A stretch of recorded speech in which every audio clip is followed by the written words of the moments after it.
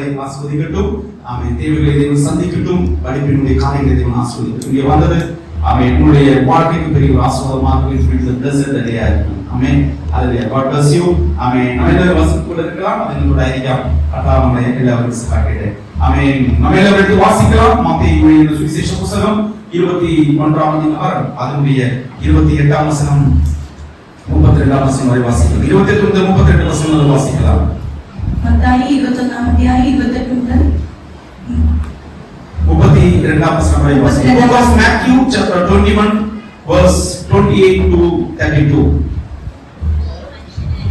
ஆமென். ஹalleluya. 32 வசனம் வாசிப்போம். தமிழ்ல வாசிக்கலாம்.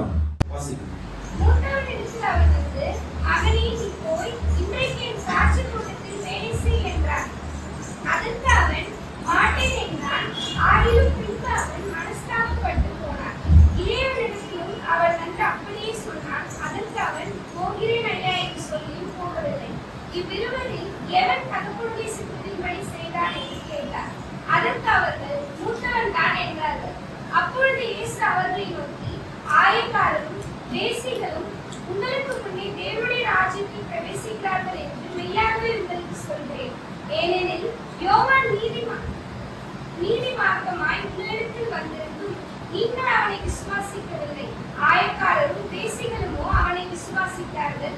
அதை நீங்கள் கண்டும் அவனை விசுவாசிக்கும்படியாக பின்மாகிலும் மனஸ்தாபப்படவில்லை என்றார். ஆமென். கரங்களை நாம் தேவனை துதிக்கலாமா? நாம் அப்படியே ஜெபிக்கலாம். ஆண்டவரே சமூகத்தை ஒப்பு கொடுக்கிறோம். இந்த வசனத்தோடு என்னோடு பேசுங்க. பரிசுத்த ஆவியோடு பேசுங்கப்பா. ஆண்டவரே பெரிய ஆமென் ஆமென் காரியங்கள் எங்களுக்குள்ளாக வெளிப்படட்டும்.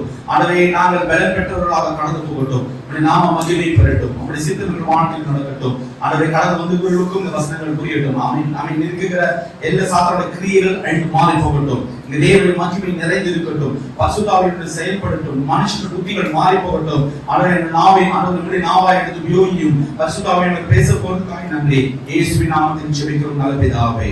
ஆமென். கரங்களை உயர்த்தி தேவனை துதிக்கலாம். ஆமென் ஆமென். நீங்கள் வாசித்தோம் மத்தேயு ஆமென் 21ஆம் அதிகாரம் 28ஆம் வசனம் முதல் 32ஆம் வசனம் வரை வாசித்தோம். இது கர்த்தராகிய இயேசு கிறிஸ்து கொடுத்த ஊமையாக இருக்கிறது. നമ്മൾ ഇന്ന് വായിക്കുവാൻ ഇടയായിരുന്നു. മത്തായിയുടെ സുവിശേഷ പുസ്തകം 21-28 മുതൽ 32 വരെയുള്ള വാക്യങ്ങൾ വായിച്ചു. அது கர்த்தராகிய இயேசு கிறிஸ்து പറഞ്ഞ ஒரு உவமையாയിരുന്നു. ஆமென். ஊமை என்றால் என்ன? ஒரு காரியத்தை கர்த்தர் சொல்லிவிட்டு அதற்கான தேவ ராஜ்யத்திற்குரிய காரியங்களை வெளிப்படுத்துகிறதுதான் தேவனுடைய ஊமை என்று சொல்வது. ஊமை എന്ന് പറയുന്നത് യേശു ഒരു കാര്യത്തെ പറ്റി പറഞ്ഞ് അത് ദൈവ രാജ്യത്തിനെ പറ്റിയുള്ള കാര്യങ്ങൾ കൊണ്ട് അത് കണക്ട് ചെയ്യുന്നതിനെയാണ് ഉപമ എന്ന് പറയുന്നത്. நம்முடைய பாஷையில் சொன்னால் எடுத்துக்காட்டு. நம்முடைய பாஷையில் சொன்னால் ஒரு எடுத்துக்காட்டை சொல்லி அதற்கான காரியத்தை தெளிவாக புரிய வைப்பதுதான் உவமை என்று சொல்வது. உவமை എന്ന് പറയുന്നത് ഒരു എടുത്തു കാണിക്കുന്ന ഒരു വിഷയത്തെ പറ്റി അതിനെ എടുത്തു കാണിച്ച് പറയുന്നതിനെയാണ് ഉപമ എന്ന് പറയുന്നത്. ஆமென். இயேசு கிறிஸ்து 35 முதல் 50 உவமைகளை வேத புத்தகத்திலே சொல்லி இருக்கிறார். യേശു ക്രിസ്തു 35 മുതൽ 50 വരെയുള്ള ഉപമകൾ വേദ പുസ്തകത്തിൽ പറഞ്ഞിട്ടുണ്ട്. சில காரியங்கள் உவமைகளை அங்கீகரித்திருக்கிறார்கள். சில தியாலஜிக்கல் ஆத்தர் உவமைகளை அங்கீகரிக்கிறார்கள். அதனால 35 முதல் 50 என்கிற அந்த கணக்கினுடைய காரியத்தை சொல்லுகிறார்கள். ചില തിയോളജിക്കാർ 35നെ മാത്രമേ അംഗീകരിച്ചു. ചില ഉപമകളെ അംഗീകരിക്കാതിരിക്കുന്നുണ്ട്. അതുകൊണ്ട് 35 ആണ് കണക്ക് പറയുന്നത്. അതുകൊണ്ട് എല്ലാവരും ജപത്തോട് ഇരിക്കുക, കർത്തരോട് பேசுவார். എല്ലാവരും അതുകൊണ്ട് പ്രാർത്ഥനയോടെ ഇരിക്കുക, ദൈവം നിങ്ങളോട് സംസാരിക്കും. ആമേൻ. இங்கே ஆண்டவர் சொல்ற இரண்டு பேர்களை தேவன் கூப்பிடுகிறார். ഇവിടെ നമ്മൾ കാണുന്നത് രണ്ട് പേരെ ദൈവം വിളിക്കുവാനിടയായി. ஒன்று மூத்தவனை கூப்பிடுகிறார், அடுத்து இளையவனை கூப்பிடுகிறார். ഒന്നാമതായി മൂത്ത മകനെ വിളിക്കുന്നു, രണ്ടാമതായി ഇളയ മകനെ വിളിക്കുവാനിടയായി. எதற்காக கூப்பிடுகிறார் என்றால் എന്തിനു വേണ്ടി വിളിച്ചു എന്നാൽ ஆமென் இந்த தகப்பனுக்கு ஒரு திராட்சை தோட்டம் இருக்கிறது. ഈ അപ്പന് ഒരു മുന്തിരിത്തോട്ടം ഉണ്ടായിരുന്നു. ஆமென். அந்த திராட்சை தோட்டத்திற்கு அவர்களை அனுப்புவதற்காக அங்கு வேலை செய்வதற்காக தேவன் எஜமானன் அவர்களை அங்கே அனுப்புகிறார்.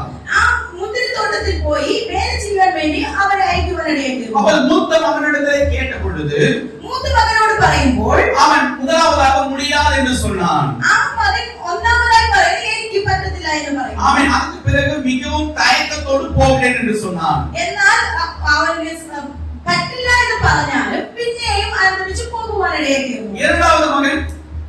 രണ്ടാമത്തെ മകൻ அவன் சொன்ன உடனே പറഞ്ഞ ഉടനെ போகிறேன் என்று சொல்லிவிட்டான். പോകാ എന്ന് പറഞ്ഞു. அவன் சொல்லிவிட்டு പറഞ്ഞതിന് ശേഷം அவன் மூத்த மகன் மட்டும்தான் அந்த திராட்சை தோட்டத்துக்கு போனார். മൂത്ത മകൻ മാത്രമാണ് ആ മുന്തിരിത്തോട്ടത്തിൽ പോകുവാനിടയായത്. இரண்டாவது மகன் மறந்துட்டான். ആ രണ്ടാമത്തെ മകൻ ആ വിഷയത്തെ മറന്നുപോയി. அவன் இப்ப நீங்கள் சொல்லுங்கள் யார் அந்த தகப்பனுக்கு பிரியமானவர்கள்? ഇപ്പോൾ നിങ്ങൾ പറയണം ആരാണ് ആ അപ്പന് மகன். இந்த கேள்வியை தான் இயேசு கிறிஸ்து அங்க இருக்கிற ஜனங்களுக்கு கேட்டார்.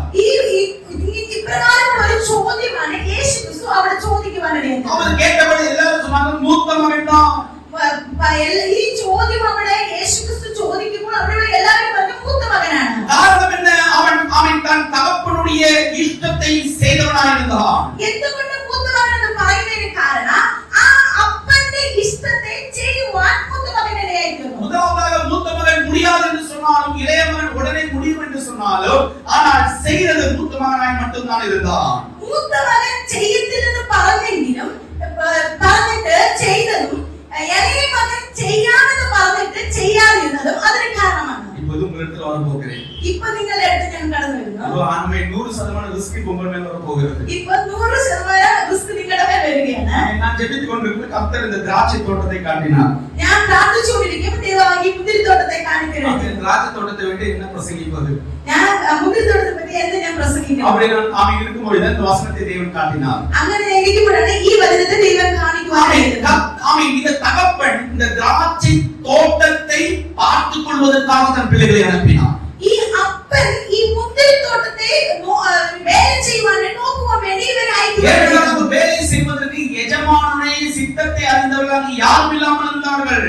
അവിടെ ജോലി ചെയ്യുവാൻ വേല ചെയ്യുവാൻ വേണ്ടി ആ യജമാനന്റെ ഇഷ്ടത്തെ അറിഞ്ഞ ആരും അവിടെ ഇല്ലായിരുന്നു. ஆமென். எஜமான் என்று சொல்வதற்கு தகப்பனுடைய இஷ்டத்தை அறிந்தவர்கள் யாரும் இல்லாமல் இருந்தார்கள். യജമാനൻ എന്ന് പറയുന്നതിനേക്കാൾ ആ അപ്പന്റെ ഇഷ്ടത്തെ അറിഞ്ഞ് ചെയ്യുവാൻ അവിടെ ആരില്ലായിരുന്നു. ஒரு தோட்டத்துல அவன் கூலிக்கு வேண்டி வேலை செய்கிறவர்கள் இருக்கிறார்கள். ഒരു തോട്ടത്തിൽ കൂലി കിട്ടാൻ വേണ്ടി വേല ചെയ്യുന്നവരുമുണ്ട്. இன்னொன்னு அவன் தன் தகப்பனுடைய ஆஸ்தியை சொத்தை அவன் பாதுகாத்தது தகப்பனுடைய கரங்களில் பெருக செய்கிற பிள்ளைகளும் அங்கே வேலை செய்கிறார்கள். രണ്ടാമതായിട്ട് ആ അപ്പന്റെ സ്വത്തിനെ അധികമായിട്ട് വർദ്ധിപ്പിക്കുവാൻ വേണ്ടി ആ അപ്പന് ഇഷ്ടം പറഞ്ഞ് പ്രവർത്തിക്കുന്ന വേലക്കാരുമുണ്ട്. தோட்டத்தில் சென்று வேலை செய்கிற ஆமென் வேலைக்காரர்கள் பிள்ளைகள் இருக்கிறார்கள். തോട്ടത്തിനകത്ത് പോയി വേല ചെയ്യുന്ന മക്കളുണ്ട്. ஆமென். பிரியமானவர்களே, இங்கே நீங்கள் கடந்து வந்திருக்கிற யாரும் வேலைக்காரர்கள் கிடையாது. ഇന്നിവിടെ കടന്നു വന്നിരിക്കുന്ന നിങ്ങൾ ആരും വേലക്കാരല്ല. ஆமென். நீங்கள் கர்த்தருடைய பிள்ளைகளாக இருக்கிறீர்கள். നിങ്ങളെല്ലാവരും ദൈവത്തിന്റെ മക്കളാണ്. ஆமென். கூலிக்கு வேண்டி அல்ல நாம் கர்த்தரை தேடிக் கொண்டிருப்பது. ഇത് നമ്മൾ ഒരു കൂലി കിട്ടുവാൻ വേണ്ടി അല്ല ദൈവത്തെ നമ്മൾ തേടുന്നത്. கர்த்தர் எனக்கு படிப்பை கொடுப்பார் அதற்காக அல்ல நாம் கர்த்தரை தேடிக் கொண்டிருப்பது. ദൈവം എനിക്ക് നല്ല വിദ്യാഭ്യാസത്തെ കൊടുക്കും അതിനാലേ അല്ല നിങ്ങൾ ദൈവത്തെ തേടുന്നത്. ஆமென். கர்த்தர் இந்த ஆசீர்வாதத்தை கொடுப்பார் அதற்காக நான் கர்த்தரை தேடிக் கொண்டிருக்கிறேன் என்று அல்ல நாம் கர்த்தரை தேடிக் கொண்டிருப்பது. ദൈവം എനിക്ക് അനുഗ്രഹങ്ങളൊക്കെ കൊടുക്കുമെന്ന് പറഞ്ഞാൽ നമ്മൾ ദൈവത്തെ തേടുന്നത്. எனக்கு ஒரு தகப்பன் இருக்கிறார், தகப்பனுடைய இஷ்டத்தை செய்வதற்காக நான் வந்திருக்கிறேன் என்ற அனுபவத்தோடு தோட்டத்தில் இறங்குறவர்களாய் நாம் இருக்க வேண்டும். അതുമല്ല നമ്മൾ അപ്പന്റെ ഇഷ്ടത്തെ ചെയ്യുവാൻ വേണ്ടി തോട്ടത്തിൽ ഇറങ്ങുന്ന മക്കളായിരിക്കുകയാണ്. அந்த ரெண்டு பிள்ளைகள் ஒரு பிள்ளை அவன் பிதா அப்பாவுடைய இஷ்டத்தை செய்கிறான், இன்னொரு பிள்ளை செய்கிறேன் என்று சொல்லி செய்யாமல் இருக்கிறான். ഇവിടെ രണ്ട് മക്കളുണ്ട്. ഒരു മകൻ ചെയ്യാമെന്ന് പറഞ്ഞിട്ട് ചെയ്യാതിരിക്കുന്നു.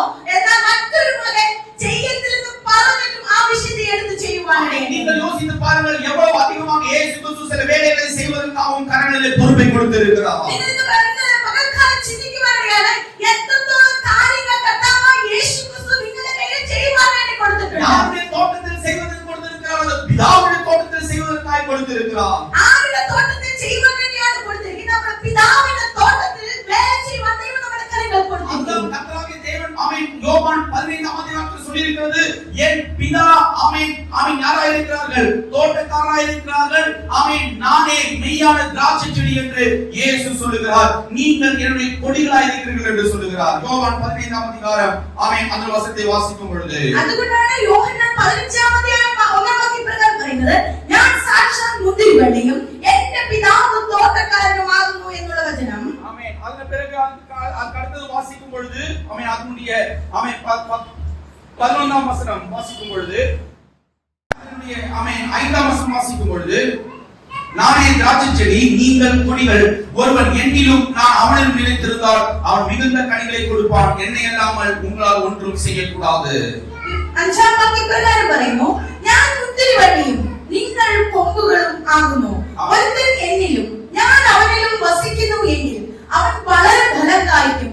എന്നെ പിന്നെ നിങ്ങൾക്ക് ഒന്നും ചെയ്യുവാൻ കഴിയില്ല. அப்பொழுது தோட்டம் பிதாவுடைய தோட்டமாக இருக்கிறது. തോട്ടം എന്ന് പറയുന്നത് പിതാവിന്റേതാണ്. பிதாவுடைய சொத்தா இருக்கிறது. ആ പിതാവിന്റെ സ്വത്താണ് തോട്ടം இருக்கிறார்கள். ആ തോട്ടത്തിന് ഒരു തോട്ടക്കാരനുണ്ട്. ஆமென். அந்த தோட்டக்காரருடைய பேர் தான் பிதாவானவர். ആ തോട്ടക്കാരന്റെ പേരാണ് പിതാവാണ്. ஆமென். அவன் தோட்டத்திலே அவன் மகனாய் இருக்கிற இயேசு கிறிஸ்து திராட்சை செடியாக இருக்கிறார்கள். ആ തോട്ടക്കാരന്റെ മകനായിരിക്കുന്ന യേശു ക്രിസ്തു മുന്തിരിവള്ളിയായിരിക്കുന്നു. அவன் இயேசு கிறிஸ்து திராட்சை செடியாக இருக்கும்போது திராட்சை செடியுடைய கொடிகளாக நானும் நீங்களும் இருக்கிறோம். ആ യേശു ക്രിസ്തു മുന്തിരിവള്ളിയായിരിക്കുമ്പോൾ ആ മുന്തിരിവള്ളിയുടെ കൊമ്പുകളാണ് നമ്മൾ ഓരോരുത്തരും. ஆமென். எத்தனை பேர் அது அனுபவித்து சொல்லுவாங்க, நான் கர்த்தருடைய திராட்சை செடியுடைய கொடிகளாய் இருக்கிறேன். എത്ര പേർക്ക് അത് അനുഭവിച്ചു പറയാൻ കഴിയും, ഞാൻ ആ മുന്തിരിവള്ളിയുടെ കൊമ്പുകളാണ്. அவன் இந்த கொடிகளிலிருந்து தான் நல்ல பலன், நல்ல திராட்சை பழங்கள் பெருகி வருகிறது. ഈ മുന്തിരിവള്ളിയുടെ കൊമ്പുകളിൽ നിന്നാണ് നല്ല മുന്തിരി പഴം ഉണ്ടാകുന്നത്. அப்படி இருக்கும்போது ஏன் இந்த பிள்ளையை அந்த தோட்டத்தில் அனுப்புவதற்கான காரணம் என்ன? ഇങ്ങനെ ഇരിക്കുമ്പോൾ എന്തുകൊണ്ടാണ് ആ മകനെ ആ തോട്ടത്തിൽ അയക്കുവാനിടയായത്? எல்லாரும் கவனமாக கேட்கணும். ஏன் அவன் தகப்பன் தன் பிள்ளையை தோட்டத்தில் அனுப்புவதற்கான காரணம் என்ன? എന്തുകൊണ്ടാണ് ആ അപ്പൻ മകനെ തോട്ടത്തിൽ അയക്കുന്നത്? ஏனென்றால் இப்போது தோட்டத்தில் இருக்கிற அவன் அந்த திராட்சை செடியினுடைய கொடிகளில் இருந்து பூ அதிகமாக வந்திருக்கிறது. എന്തുകൊണ്ടാണ് ആ മുന്തിരിവള്ളിയിൽ നിന്ന് പൂവുകൾ അധികമായി വന്നിരിക്കുന്നു? அவன் அந்த பூ அவன் வந்து அது ஒரு காயாய் மாறி அதுக்கு பிறகு அது ஒரு பழமாக மாறுற காலங்கள் வந்திருக்கிறது. ആ പൂ ഒരു കായായി മാറി അത് പഴമായി മാറുന്ന കാലങ്ങൾ വന്നുകൊണ്ടിരിക്കുന്നു. அவன் இந்த தோட்டம் தேவனுடைய சபையும் சேர்த்து காட்டுகிறது. ഈ തോട്ടം എന്ന് പറയുന്നത് ദൈവത്തിന്റെ സഭയെ കാണിക്കുന്നു. அவன் சபையில் இருக்கிற ரட்சிக்கப்பட்ட கர்த்தருடைய பிள்ளைகளாய் இருக்கிற எல்லாரும் கர்த்தருடைய பிள்ளைகளாய் இருக்கிறார்கள். സഭയിൽ രക്ഷിക്കപ്പെട്ട സാരപ്പെട്ട എല്ലാവരും ദൈവത്തിന്റെ മക്കളായിരിക്കുന്നു. அப்படி இருக்கும்போது இந்த பிள்ளைகளை வைத்து இந்த இருக்கிற மற்ற திராட்சை செடிகளை பாதுகாப்பதற்காக தேவன் சில பிள்ளைகளை எழுப்புகிறார். ഈ ഇങ്ങനെ ഇരിക്കുമ്പോൾ ഈ ദൈവത്തിന്റെ മക്കളെ വെച്ച് മറ്റു ചില മക്കളെ കൂടി ദൈവം സൂക്ഷിക്കുവാൻ വേണ്ടി ദൈവം നമ്മളെ ഏൽപ്പിച്ചിരിക്കുന്നു. அவன் அதற்காக தான் தகப்பன் அந்த தேவனுடைய பிரியமான அந்த தகப்பனுடைய சித்தத்தை செய்வதற்காக தேவன் தன் பிள்ளைகளை தேவன் தெரிந்து கொள்கிறார். അതിനുവേണ്ടിയാണ് ദൈവം തന്റെ ഇഷ്ടം ചെയ്യുവാൻ വേണ്ടി തന്റെ മക്കളെ തിരഞ്ഞെടുക്കുന്നത്. அவன் நீங்கள் விசுவாசித்து சொல்ல முடியுமா, நான் தேவனுடைய பிள்ளையாய் இருக்கிறனாலே அவருடைய பிரியமான இஷ்டத்தை செய்வதற்காக நான் இப்பொழுது இருக்கிறேன். അതുകൊണ്ട് നിങ്ങൾക്ക് എല്ലാവർക്കും പറയാൻ കഴിയും, ദൈവത്തിന്റെ മക്കളായതുകൊണ്ട് ദൈവത്തിന്റെ ഇഷ്ടം ചെയ്യുവാൻ തയ്യാറായിരിക്കുന്നു. சொல்வதற்கான காரணம் என்ன? நாம் எடுத்து வாசிக்கிற உன்னத பாட்டுடைய புத்தகம். ஆமென். നമുക്ക് ഉത്തമഗീതം உத்தமகீதத்திலே உன்னத பாட்டிலே 2ஆம் அதிகாரம் ஏன் இந்த தோட்டத்துக்கு கடந்து போக வேண்டும்? 2ஆம் அதிகாரம் 13ஆம் வசனம் வாசிக்கலாம். ഉത്തമഗീതം 2ആം അധ്യായം 13, 15, 16. അത്തിക്കായകൾ പഴുക്കുന്നു. ആ. മുന്തിരിവള്ളി പൂത്ത് സുഗന്ധം വീശുന്നു. ആ. എന്റെ പ്രിയേ എഴുന്നേൽക്ക, എന്റെ സുന്ദരി വരിക. ആ. ഞങ്ങളുടെ മുന്തിരിത്തോട്ടങ്ങൾ പൂത്തിരിക്കാൻ മുന്തിരിവള്ളി നശിപ്പിക്കുന്ന കുറുക്കന്മാരെ, ആ. ചെറുകുറുക്കന്മാരെ തന്നെ പിടിച്ചു തരുവീൻ. ம். എന്റെ പ്രിയൻ എനിക്കുള്ളവൻ, ഞാൻ അവനുള്ളവൾ. അവൻ താമരകളുടെ ഇടയിൽ ആടുമേയ്ക്കും. ஆமென். ஏன் இந்த தோட்டத்தில் தேவன் பிள்ளைகளை அனுப்புவதற்கான காரணம் வாசிக்கலாம். அத்திமரம் காய் காய்த்தது, அத்திமரம் காய் காய்த்தது, திராட்சை கொடிகள் பூ பூத்து, திராட்சை செடிகள் பூ பூத்து வாசனையையும் பரிமளிக்கிறது. என் பிரியமே, என் பிரியமே, ரூபவதியே, என் ரூபமே, ரூபவதியே, நீ எழுந்து வா. நீ எழுந்து வா. கண்மலையின் வெடிப்புகளிலும், கண்மலையான வெடிப்புகளிலும் சிகரங்களின் மரவிடங்களிலும் தங்குகிற என் புறாவே, ஒரு முகரூபத்தை எனக்கு காண்பி. உன் சத்தத்தை நான் கேட்கட்டும். உன் சத்தம் இன்பமும் அழகுமாய் இருக்கிறது. ஆமென். அடுத்த 15ஆம் வசனம். திராட்சை தோட்டங்களை கெடுக்கிற குழி நரிகளையும் சிறு நரிகளையும் நமக்கு பிடியுங்கள். நம்முடைய திராட்சை தோட்டங்கள் பூவும் பிஞ்சுமாய் இருக்கிறதே. 16ஆம் வசனம். என் நேசர் என்னுடையவர், நான் அவருடையவன், அவர் நீதி புஷ்பங்களுக்குள்ளே மேய்கிறார். ஆமென். அது மலையாளத்தில் வாசிக்கலாம். 16ஆம் வசனம். 16. എന്റെ പ്രിയൻ എനിക്കുള്ളവൻ, ആ. ഞാൻ അവനുള്ളവൾ. ആ. അവൻ താമരകളുടെ ഇടയിൽ ആടുമേയ്ക്കും. ஆமென். இந்த தோட்டத்தில் ஆமென் கீழ்ப்படிந்து போகிற பிள்ளைகளை அனுப்புவதற்கான காரணம், என் நேசர் என்னுடையவர், நான் அவருடையவனாய் இருக்கிறதுனால. എന്തുകൊണ്ട് ഈ തോട്ടത്തിൽ പോലെ ഞാൻ എന്റെ പ്രിയൻ എനിക്കുള്ളവൻ, ഞാൻ അവനുള്ളവർ ആയിരിക്കുന്നതിനാണ്. ஆமென். கர்த்தராகிய இயேசு அவன் உங்களுடையவர், அவனுடைய நேசராய் இருக்கிறார். ஆமென். நீங்கள் அவருடையவர்களாய் இருக்கிறீர்கள். കർത്താവായ യേശു ക്രിസ്തു നമുക്കുള്ളവരായിരിക്കുന്നു. നമ്മൾ ആ യേശു ക്രിസ്തുവിനുള്ളിൽ தொட்டத்திലായിരിക്കുന്നു. ஆமென். இந்த வசனத்தை நீங்க நன்றாக புரிந்தால் மட்டும்தான் இந்த தோட்டத்தில் இறங்கி உங்களால் வேலை செய்ய முடியும். ഈ വചനം നിങ്ങൾ നല്ലപോലെ മനസ്സിലാക്കിയാൽ മാത്രമേ തോട്ടത്തിനകത്ത് ഇറങ്ങി വേല ചെയ്യാൻ കഴിയൂ. சாதாரண உவமைகளை புரிந்து கொள்வது மிகவும் மிகவும் கடினமாக இருக்கும். ஆனால் புரிந்து கொண்டால் அது உங்கள் வாழ்க்கைக்கு பலமா இருக்கும். ഉപമകളെ ചിലത് നമുക്ക് മനസ്സിലാക്കുവാൻ കഷ്ടമായിരിക്കും, എന്നാൽ മനസ്സിലാക്കിയാൽ നമ്മുടെ ജീവിതത്തിലെ അനുഗ്രഹമായിരിക്കും. அதுடன் நிதானமாக சொல்லுகிறேன். അതുകൊണ്ട് ഞാൻ സാവധാനത്തിൽ പറയുന്നു, பிதா ஏன் தோட்டத்தில் நம்முடைய பிள்ளைகளை அனுப்புகிறார்? പിതാവ് എന്തുകൊണ്ട് തന്റെ മക്കളെ തോട്ടത്തിൽ അയക്കുന്നു? ஆமென். பிதா ஆமென் தோட்டத்துக்கு அனுப்புவதற்கான காரணம் ஆமென் தோட்டத்துக்குள்ளாக அதிகமான குள்ள நரிகளும் அதிகமான ஆமென் பிடிக்கிற குழி நரிகளையும் ஆமென் பார்த்து அதை பிடித்து ஆமென் மாற்றுவதற்காக தேவன் தம்முடைய பிள்ளைகளை அனுப்புகிறார். എന്തുകൊണ്ടെന്നാൽ ഈ തോട്ടത്തെ നശിപ്പിക്കുവാൻ വേണ്ടി കടന്നു വരുന്ന ചില കുറുക്കന്മാരെ പിടിച്ചു കെട്ടുവാൻ വേണ്ടിയാണ് ദൈവം അയക്കുന്നത്. நீ கர்த்தருடைய தோட்டமாய் இருக்கிறாய். നമ്മൾ ദൈവത്തിന്റെ തോട്ടമായിരിക്കുന്നു. ஆமென். நீ கர்த்தருடைய ஆலயமாய் இருக்கிறாய். നമ്മൾ ദൈവത്തിന്റെ ആലയമായിരിക്കുന്നു. ஆமென். கர்த்தருடைய வசனத்தை கேட்கும் பொழுது அவருடைய விதை நமக்குள்ளாக விழுகிறது.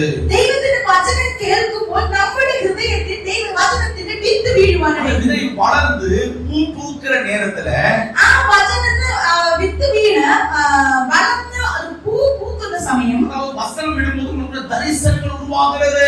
ആ വചനം നമുക്കുള്ളിൽ വന്ന് വീഴുമ്പോൾ ദർശനങ്ങൾ ഉരുവാകുന്നു. ஆமென். ஒரு வாக்குத்தத்தங்கள் உருவாகுகிறது. ആ നമ്മുടെ വാഗ്ദത്തങ്ങൾ ഉരുവായിക്കൊണ്ടു. நல்ல வார்த்தைகள் கர்த்தருடைய வசனங்கள் உள்ளாக விழும்போது தரிசனங்கள் உருவாகுகிறது. ദൈവത്തിന്റെ വചനങ്ങൾ നമുക്കുള്ളിൽ കടന്നു വരുമ്പോൾ ദർശനങ്ങൾ വന്ന് ഉരുവായിക്കൊണ്ടിരിക്കുന്നു. ஆமென். அந்த தரிசனங்கள் ஆமென் வாக்குத்தத்தமாக மாறுகிறது. ആ ദർശനങ്ങളാണ് വാഗ്ദത്തമായി മാറിക്കൊണ്ടിരിക്കുന്നത്. அப்படி மாறிக்கொண்டிருக்கிற அந்த வேலைகள் தான் இந்த குள்ள நரிகளும் இந்த குழி நரிகளும் ஓடி வந்து அந்த திராட்சை தோட்டத்தை கெடுப்பதற்காக ஓடி வருகிறது.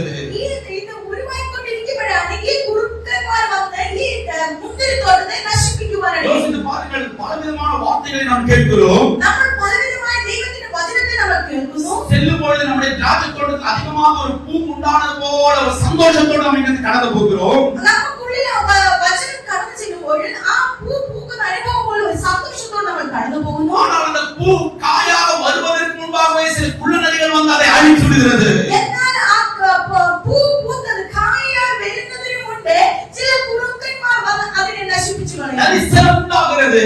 ദർശനം ഉണ്ടാകുന്നു. வாக்குத்தத்தங்கள் உள்ளாக வருகிறது.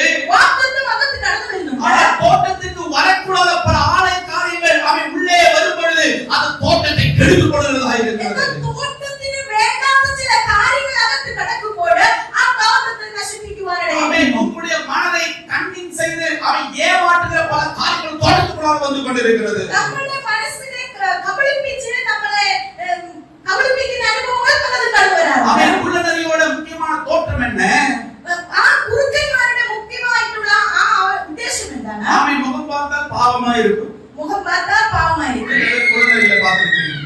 എത്ര പേർ കുറുക്കന്മാരെ കണ്ടിട്ടുണ്ട്? Fox, you know fox, shall we? No. Okay, amen, amen. சாதாரண ஒரு சின்ன நாயை போல தான் இருக்கும். സാധാരണ ഒരു നായെ പോലെയാണ് ഇരിക്കുന്നത്. ஆனால் ஆமென் அப்படி அது தோட்டத்துக்குள்ள போயிடுச்சுனா அது என்ன பண்ணும் அதுவே தெரியாது. பாவமா இருக்கிறது நாய் மாதிரி இருக்கிறது தோட்டத்துக்கு விடுவாங்க. ஆனால் அவன் சிறிது நேரத்துக்குள்ள அந்த தோட்டத்தை எல்லாம் எப்படி ஓடுதுன்னு தெரியாது. அங்க இருக்கிற பூவை எல்லாம் நாசம் செய்து விடும். ആ പാവമായിട്ട് നായ അകത്തോട്ട് വിട്ട് നായാകുമ്പോൾ നമ്മൾ അകത്ത് വിട്ടാല് അത് കുറച്ച് കഴിയുമ്പോൾ അതിനെന്ത് ചെയ്യുന്ന അറിയാതെ ആ പൂവിനെ എല്ലാം നശിപ്പിച്ച് കളയുവാൻ. ஒரு தரிசனத்தை கெடுத்து போகிற சில குள்ள நரிகளை நீங்கள் இன்று பார்த்து அதை விடுதலை பெற்றுக் கொண்டு கடந்து போகிறவர்களாக இருக்க வேண்டும். നമ്മുടെ പൂവിനെ നശിപ്പിച്ച് കളയുന്ന ചില കുറുക്കന്മാരെ നിങ്ങൾ മനസ്സിലാക്കി അതിൽ നിന്ന് വിടുതൽ പ്രാപിച്ചിട്ട് പോകുവാനാണ്. அதுதான் இந்த சாலமோன் சொல்லுகிறார், நீ எழுந்து வா என்று சொல்லுகிறார். അതുകൊണ്ടാണ് ശലോമോൻ പറയുന്നത്, നീ எழுந்து வா என் பிரியமே, നീ എഴുന്നേൽക്ക, என் ரூபவதியே நீ எழுந்து வா என்று சொன்னதுக்கான காரியம் அதுதான். എന്റെ പ്രിയയെ എഴുന്നേൽക്ക എന്ന് പറയുന്നതിന്റെ കാരണം അതാണ്. அவன் இப்போது உங்களுக்கு தனிப்பட்ட முறையில் நான் சொல்லிவிட்டு சபைக்குள்ளாய் வர போகிறேன். ഞാനിപ്പോൾ ഓരോരുത്തരും വ്യക്തിപരമായി സംസാരിച്ച് അതിനുശേഷം സഭയ്ക്ക് நீ கர்த்தருடைய திராட்சை தோட்டமாக இருக்கிறாய். നിങ്ങൾ ഓരോരുത്തരും ദൈവത്തിന്റെ മുന്തിരിത്തോട്ടമായിരിക്കുന്നു. அவனுக்குள்ள கிறிஸ்து வளர்ந்து கொண்டிருக்கிறார். നമുക്കുള്ളിൽ ക്രിസ്തു വളർന്നുകൊണ്ടിരിക്കുകയാണ്. நீங்கள் கிறிஸ்துக்குள்ளாக ஆகும்போது கிறிஸ்து உங்களுக்குள்ளாக உண்டாகிவிட்டார். നമ്മൾ ക്രിസ്തുവിനുള്ളിൽ ഇരിക്കുമ്പോൾ ക്രിസ്തു നമുക്കുള്ളിൽ ഉരുവാകുവാനാണ്. You are in Christ. அவன் இயேசு கிறிஸ்துவுக்குள்ளாக இருக்கிறவர்களாய் இருக்கிறீர்கள். ഇപ്പോൾ നമ്മൾ യേശു ക്രിസ്തുവിന് ഉള്ളിലായിരിക്കുന്നു. அப்ப நீங்கள் கர்த்தருடைய திராட்சை செடிகளாக கொடிகளாக மாறி இருக்கும் பொழுது ഇപ്പോൾ നമ്മൾ ദൈവത്തിന്റെ മുന്തിരി വള്ളികളായിരിക്കുമ്പോൾ அவன் உங்களுக்குள்ளாக இருக்கிற அந்த விதை நல்ல அடுத்து இப்பொழுது அந்த வாக்குத்தத்தம் என்ற தரிசனம் என்ற பூ உங்களுக்குள்ளாக பூக்கிறது. இப்போ நல்ல வேலைக்கு வருதா அனுபவம் கொண்டு நமக்கு இப்போ நல்ல பூவினை கடந்து வந்து பலத்தை கொடுக்குவானே. ஆனால் நம்மால் அந்த ரொம்ப நாட்களாக பூவை நம்மால் பாதுகாத்துக் கொள்ள முடியவில்லை. பூனை கொண்டு ஒத்திரி நாட்கள் நமக்கு சூசிச்சு வைக்குவான் കഴിയില്ല. ஆனால் அந்த பூ வளர்ந்து காயாக பழமாவதற்கு முன்பாகவே அந்த பூ நம்மளிலிருந்து விதைந்து மாறி போய்விடுகிறது. பூ வந்து அது காயாகுதுன்னு முன்பே அது நம்மளை விட்டு மாறும் அனுபவம். அதற்கான காரணம் என்ன? அதுக்கு காரணம் என்ன? இந்த பூவை குலைத்து போடுகிற ஏதோ ஒரு காரியம் நம்முடைய இதயத்தை அலட்டிக் கொண்டிருக்கிறது. நீ பூவை நசிப்பிச்சனால ஏதோ ஒரு அனுபவம் நம்முடைய இதயத்தை அலட்டிக் கொண்டிருக்கிறது. There is a cunning fellow against the wisdom of God. நம்முடைய தெய்வீக ஞானத்தை நாம் நசிப்பிக்கிற ஏதோ கபலிப்பிக்கிற அனுபவம் நம்மள இருக்கு. கர்த்தர் கொடுத்த தரிசனத்தை மாற்றுகிற பலவிதமான நதியினுடைய சுபாவங்களை கொடுத்து பூவை மாற்றுகிற அனுபவங்கள் உங்களுக்குள்ளாக இருக்கிறது. நம்மளை அப்பறம் சதிக்கிற சில குறுக்கையான சுபாவத்தை கொடுக்கிற அனுபவம் நமக்குள்ள உண்டு. அவன் அதுக்குள்ளே வரும்போது என்ன நடக்கிறது? உங்களுக்குள்ளாக எழுந்த தரிசனம் அது அப்படியே கீழே விழுந்து போய்விடுகிறது. அப்போ என்ன சம்பவிக்கிறது? நமக்குள்ள கொடுத்திருக்கிற தரிசனங்கள் நசிச்சு போகுவாரே. அவன் ஃபைனல் ரிசல்ட் என்னது? அது ஒரு திராட்சை பழமாக வர வேண்டும் என்றுதான் ஃபைனல் ரிசல்ட். நமக்கு தெய்வம் கொடுத்திருக்கிற ஃபைனலான ரிசல்ட் என்னது? ஒரு நல்ல முந்திரி பழம் நமக்கு உண்டாகும். முந்திரியிலிருந்து நல்ல grape, it's a good fruitful grape. அவன் நல்ல திராட்சை பழம் முந்திரியிலிருந்து முதலாவதாக உண்டாக வேண்டும். நமக்கு ஆகிவே ஒரு நல்ல முந்திரி பழம் கடந்து வரணும். அவன் இந்த முந்திரி பழம் கடந்து வருவதற்கு இந்த பூ இருக்கிறதுக்கு சமயத்திலே நதிகளுக்கு நன்றாக தெரியும். அவன் இந்த பூ அதிக அடுத்த கட்டங்களுக்கு போயிடுச்சுன்னா இது பழம் கொடுத்து விடும். ஆமா, குறுக்கமாக நம்மைட்டறியா ಈ பூ நல்ல போல அது ஒரு காயை மாறியா அது நல்ல பலத்தை கொடுக்கும். ஆமென் ஆமென் ஹalleluya. பூ ஆயிக்கு விட அது நசிப்பிச்சுகளை மனே. ஆமென். பிரியமான கர்த்தருக்காக நல்ல பலனை கொடுப்பதற்காக தான் கர்த்தர் எனக்குள்ளாகவும் உனக்குள்ளாகவும் அவருடைய தரிசனத்தை தேவன் போட்டார். தெய்வத்தினாய் நல்ல பலன் கொடுக்குவான் என்ற தெய்வத்தின் தரிசனத்தை நமக்குள்ள வச்சிருக்கிறார். பிதாவானவர் இயேசுவை அனுப்பும்போது நல்ல ஒரு பலனாக வருவார் என்கிற சித்தத்தோடு தான் இயேசு கிறிஸ்து தம்முடைய குமாரனாகிய இயேசு கிறிஸ்து பிதாவானவர் இயேசு கிறிஸ்து உலகத்தை அனுப்பினார். இயேசு கிறிஸ்து பூமியின் பிதாவாய்க்கு கூட அது நல்ல பலமாகும் என்ற உத்தேசத்தோடு கூடி மாத்திரமான இயேசு கிறிஸ்துவை பாருங்கள், பலவிதமான ஏமாற்ற சிந்தைகளோடு நீங்கள் அனுபவப்பட்டுக் கொண்டிருக்கிறீங்களா? நீங்கள் பலவிதமான நீங்கள் சதிக்கின்ற சில சிந்தனைகளை அலட்டுகிறீர்களோ? ஆமென். பலவிதமான ஏமாற்றங்களை கொடுத்து உங்களுக்குள்ளாக முன்பாக நம்பிக்கை அலட்டுகிற பல சிந்தைகள் உங்களை அலட்டிக் கொண்டிருக்கிறதா? நீங்கள் பல சதியை அனுபவத்திற்கான நீங்கள் விசுவாசத்தை கெடுத்து அனுபவம் நீங்கள் கொள்ளுங்கள். ஆமென். That is the name called fox. அதுமையான பலகிறது குறுக்கன். ஆமென். அது பூவை என்ன செய்கிறது? வளர்ந்திருக்கிற அந்த விசுவாச பூவை முன்னிலிருந்து எடுத்து மாற்றி விடுகிறது. அது என்ன செய்கிறது? விசுவாசத்தின் பூவினை நம்மிலிருந்து எடுத்து களைவானே. ஆமென். அப்படிப்பட்டதை ஆமென் நீ கண்டுபிடிப்பதற்காக கர்த்தர் சொல்கிறார், ஏன் பூவதியே நீ எழுந்து வா இப்போது. அதனால தெய்வத்தின் பையன அப்படியான அனுபவங்களை கண்டுபிடிக்குவானே என்ன பிரியே நீ எழுந்தா. ஆமென். யோசித்து பாருங்க, 2025ல பலவிதமான ஆமென் ஆமென் அனுபவத்தோடு சொப்பனங்களோடு கர்த்தர் எனக்கு செய்வார் என்கிற ஆமென் ஒரு ஃப்ரெஷ்னஸோட புதிய வருஷத்தை நீங்கள் எல்லாரும் தொடங்கினீர்கள். நீங்கள் சிந்திச்சு நோக்கி 2025 என்ற தெய்வத்தின் பல காரியங்கள் செய்யுங்கள் ஒரு தரிசனத்தோடு நம்ம கடக்குவானே. வாக்குத்தத்த வசனம் உங்களுக்குள்ள வரும்போது எப்படி இந்த திராட்சை தோட்டத்துக்குள்ளாக பூ வருகிறதோ அதே போல் பூவோட அனுபவத்தோடு இந்த வருஷத்தை நாம் எல்லாரும் தொடங்கினோம். ஒரு முந்திரி வள்ளியிலே பூ பிரகாரம் கடந்து வருதோ அதுபோல ஒரு பூவின் அனுபவத்தோட ஒரு தரிசனத்தோடு நம்ம 2025 கடக்குவானே. இப்போது நீங்கள் யோசித்து பாருங்கள், ஆமென். ஜனவரி மாதம் 2025 உண்டான அந்த பூ இப்போது காய்ந்திருக்கிறதா? இந்த ஆகஸ்ட் மாதத்தில் உங்களுக்குள்ளாக பலன் உண்டாயிருக்கிறதா என்பதை நீங்கள் நன்றாக சிந்தித்து பாருங்கள். 2025 ஜனவரி மாதத்தில் நம்மளுடைய ஜீவிதத்தில் உண்டாயிருந்தா பூவின் அனுபவம் நமக்கு உண்டோ? அது பலமாயிட்டு ஆகஸ்ட் மாதத்தில் அது நம்மளிட ஒரு பலமாய் கடந்து வந்துட்டோம் நம்ம சிந்திக்குவானே. ஒரு பெரிய உண்மையை உங்களுக்காக சொல்கிறேன், அவன் கர்த்தர் உண்மையுள்ளவராக இருக்கிறார். நான் பெரிய சத்தியத்தை நீங்களோட வரையான தெய்வம் விசுவஸ்தனான ஒரு பூ அவன் பல குழந்தைகளை வந்து எடுத்து போட்டாலும் அந்த பூ மீண்டுமாக உருவாவதற்கு உருவாக்குகிற உருவாக இருக்கிறார். அவன் ஒரு பூவினை உருக்கமா நசிப்பிச்சு கலந்தாலும் நமக்குள்ள இந்த புதிய பூவரை புறப்படுவிக்குவான் சக்தனாக நம்மளோட கூடினார். Because you are rooted in Christ. எதுவென்றால் நம்ம கர்த்தராகிய இயேசு கிறிஸ்துவின் ஆழத்தில் வேரூன்றி இருக்கிறோம். குருக்கன்மாரே, ஆமென். நீ பூவினை தொடலாம், ஆனால் வேரை தொடுவதற்கு முடியாது. ஆமென். நதிகளே, ஆமென். நீ ஆமென் பூக்களை தொடலாம், முடியாது. குறுக்கமாய் നിങ്ങൾക്ക് ആ പൂവിനെ തൊടേണ്ട വേരിനെ തൊടുവാൻ നിങ്ങൾക്ക് ஆமென். இயேசு கிறிஸ்துவை தொடுவதற்கு குள்ள நரிகளுக்கு அதிகாரம் கிடையாது. യേശു ക്രിസ്തുവിനെ തൊടുവാൻ ഒരു കുറുക്കന്മാർക്കും കഴിയില്ല. Because Christ is the root for you. എന്തുകൊണ്ടെന്നാൽ യേശു ക്രിസ്തുവാണ് നമ്മുടെ വേര്. 2025 ஜனவரி மாதம் பூ பூத்தது என்றால் அதை ஆமென் சத்துருவானவன் எடுத்து போட்டார் என்றாலும் இப்போது இது ஆகஸ்ட் மாதத்தில் மீண்டுமாக கிறிஸ்துவுடைய வேர் உங்களுக்காக மீண்டும் ஒரு புது பூவை கொடுக்கிறது. 2025 നിങ്ങൾക്ക് പൂവിനെ കൊടുത്ത അനുഭവമാണല്ലോ. നമുക്ക് നഷ്ടമായിട്ടുണ്ടെങ്കിൽ നമ്മുടെ വേരിന് പുതിയ പൂവുകളെ കൊടുത്ത ദൈവം നമ്മളെ വീണ്ടും ദൈവം ആദരിക്കുവാനായി. இந்த பூவை நாசப்படுத்தாதபடிக்கு அதை பாதுகாப்பதற்காக தான் ஆண்டவர் சொல்கிறார், நீ இப்போது எழுந்து வா. ഈ പൂവിനെ നശിപ്പിച്ച് കളയുമ്പോഴാണ് അത് നശിച്ചു പോകാതിരിക്കുവാൻ വേണ്ടിയാണ് പറയുന്നത് എന്റെ പ്രിയേ നീ എഴുന്നേൽക്കാം. என்னுடைய பிரியமே நீ எழுந்து வா. എന്റെ പ്രിയേ നീ എഴുന്നേൽക്കാം. நீ எனக்காக எழுந்து வா. നീ എനിക്ക് വേണ്ടി എഴുന്നേൽക്കാം. நீ என்னுடையவன். നീ എനിക്കുള്ളവൻ. நான் உன்னுடையவன். ഞാൻ നിനക്കുള്ളവൻ. இதற்குள்ளாக குள்ள நரிகளும் நரிகளும் அதற்குள்ளாக ஜெயம் எடுக்க முடியாது.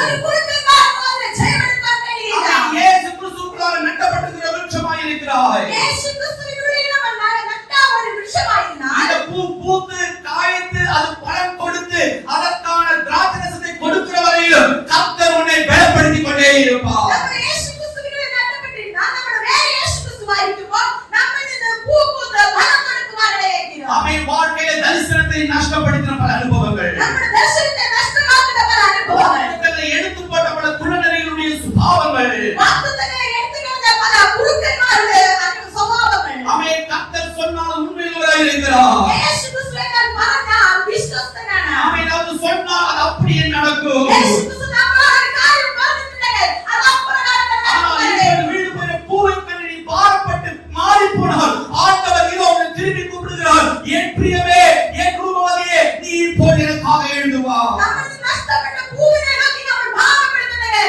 ഇന്ന് നാം വാഗ്ദാനം ദൈവം നമ്മളോട് പറയുകയാണ്, എന്റെ പ്രിയേ നീ എഴുന്നേൽക്കാം. இந்த சபையில பல நஷ்டப்பட்ட பூக்களை கர்த்தர் பார்த்துக் கொண்டிருக்கிறார். നമ്മുടെ നഷ്ടപ്പെട്ട പല പൂവിനെ ദൈവം കണ്ടുകൊണ്ടിരിക്കുകയാണ്. பூ வந்தபோது நல்ல சந்தோஷம் நமக்குள்ளாய் வந்தது.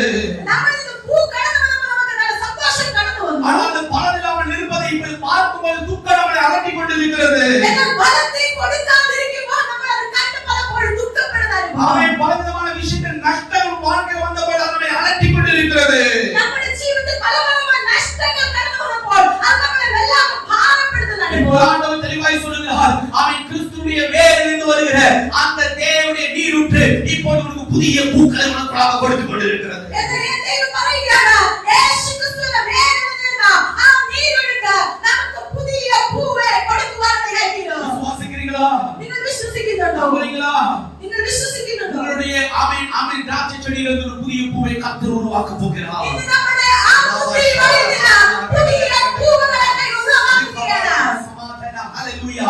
ஆமென். நஷ்டமான பூக்களை அல்ல கண்டு பயப்படுவதற்காக அல்ல, புதிய பூக்களை கர்த்தருடைய செடிகளில் தேவன் கொடுக்க போகிறார். നമുക്ക് നഷ്ടപ്പെട്ട പൂവുകളെ നോക്കി നമ്മൾ ഇരിക്കുകയല്ല, ദൈവം നമ്മുടെ ചെടിയിൽ നിന്ന് പുതിയ പൂവെ കൊടുക്കുവാനിടയായിത്തീരും. ஆமென். கர்த்தர் சொல்கிறார், நீ இப்போ எழுந்து வர தயாராக இருக்கிறாயா? നിങ്ങൾ ഇപ്പോൾ യേശു ക്രിസ്തു ചോദിക്കുന്നത് നിങ്ങൾ ഇപ്പോൾ എഴുന്നേൽക്കാൻ തയ്യാറാണോ? அதுதான் இந்த பிள்ளைகளோட தேவன் சொன்னார். അതാണ് ഈ മക്കളോട് അപ്പൻ പറയുവാനിടയായിത്തീരും. தகப்பன் இரண்டு பிள்ளைகளோட சொன்னது காரணம் அதுதான். ഈ രണ്ട് മക്കളോട് അപ്പൻ പറയുന്നതിന്റെ കാരണം അതാണ്. அவனே, உனக்காக நான் திராட்சை தோட்டத்தை உண்டாக்கி இருக்கிறேன். മകനെ ഞാൻ നിനക്ക് വേണ്ടി ഒരു മുന്തിരി തോട്ടം ഉണ്ടാക്കിയിരിക്കുന്നു. அது பலன் கொடுக்கிறதா இருக்க வேண்டும். അത് ഫലം കൊടുക്കുന്നതായിരിക്കണം. நீ ஏன் அந்த திராட்சை தோட்டத்துக்குள்ளே கடந்து போக தயாரா என்று கேட்டார். നീ ആ മുന്തിരി തോട്ടത്തിൽ എഴുന്നേറ്റ് കടന്നു പോകാൻ തയ്യാറായിരുന്നു. ஆனால் தயாரா என்று சொல்லும்போது ஒருவன் சொன்னான், நான் தயாரானவரை ஒன்றாக போய் உடனே கடந்து போகிறேன் என்று சொன்னான். എന്നാൽ ഒരു മകൻ പറയാണ്, ഞാൻ പോകുവാൻ തയ്യാറാണ്. இன்னொரு மகன் சொன்னான், அவன் தயங்கினான், ஆனால் கடைசியாக மூத்த மகன் கடந்து போனான். എന്നാൽ ഒരു മകൻ പറഞ്ഞു, ഞാൻ തയ്യാറല്ലെന്ന് പറഞ്ഞാലും അവൻ പിന്നീട് പോകുവാൻ തയ്യാറായി. பிரியமானவரே, இன்று அவன் மூத்த மகனாய் இருக்கிறோமா, இளைய மகனாய் இருக்கிறோமா? എന്നാൽ ഇന്ന് നിങ്ങൾ ചിന്തിക്കണം, ഇന്ന് നിങ്ങൾ മൂത്ത മകനായിരിക്കാനായിരുന്നോ ഇളയ മകനായിരിക്കുന്നു? அவன் வசனங்களா வரும்போது முதல்ல அங்கீகரிக்கிறதுக்கு நமக்கு ரொம்ப தடையாக இருக்கும். വചനങ്ങൾ നമുക്കുള്ളിൽ കടന്നു വരുമ്പോൾ അതിനെ അംഗീകരിക്കാൻ ഒത്തിരി തടസ്സമായിരിക്കും. ஆண்டவன் வாக்குத்தத்தங்களை கொடுக்கும்போது அங்கீகரிப்பதற்கு ஏதோ ஒரு தடை நமக்காய் வந்து கொண்டே இருக்கும். ദൈവം വാഗ്ദത്തങ്ങളെ നമ്മുടെ മേൽ കൊടുക്കുമ്പോൾ അതിനെ അംഗീകരിക്കുവാൻ തടസ്സമായിരിക്കും. சொப்பனங்களிலும் தரிசனங்களிலும் சில தரிசனங்களையும் கைமாறுவது அங்கீகரிப்பதற்கு ஏதோ நம்ம அலட்டிக் கொண்டே இருக்கும். ദൈവം നമുക്ക് സ്വപ്നങ്ങൾ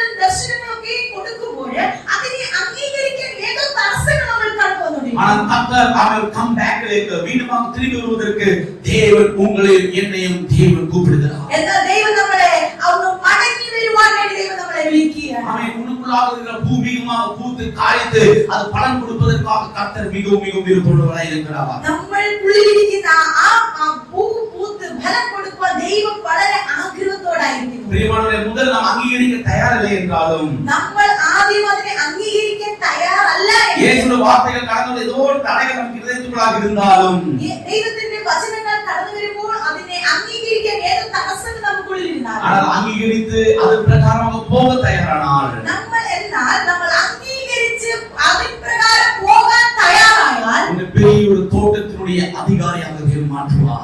നിങ്ങളെ ദൈവം വലിയൊരു തോട്ടത്തിന്റെ അധികാരിയാക്കി മാറ്റുവാൻ Obey that, you will become one of the owner in your own land. നിങ്ങൾ അനുസരിക്കുവാൻ തയ്യാറായ നിങ്ങളുടെ സ്വന്തം തോട്ടത്തിന്റെ അധികാരിയായി മാറും. உன்னுடைய தோட்டத்துக்கு அதிகாரி நீதான். നിങ്ങളുടെ തോട്ടത്തിന്റെ അധികാരി നിങ്ങളാണ്. உன்னுடைய சொத்துக்கு அவகாசி நீதான். നിങ്ങളുടെ സ്വത്തിന്റെ അവകാശം നിങ്ങളാണ്. அதை வேற ஒரு நரிகளுக்கு கொடுப்பதற்கு நீங்கள் யாரும் விடக்கூடாது.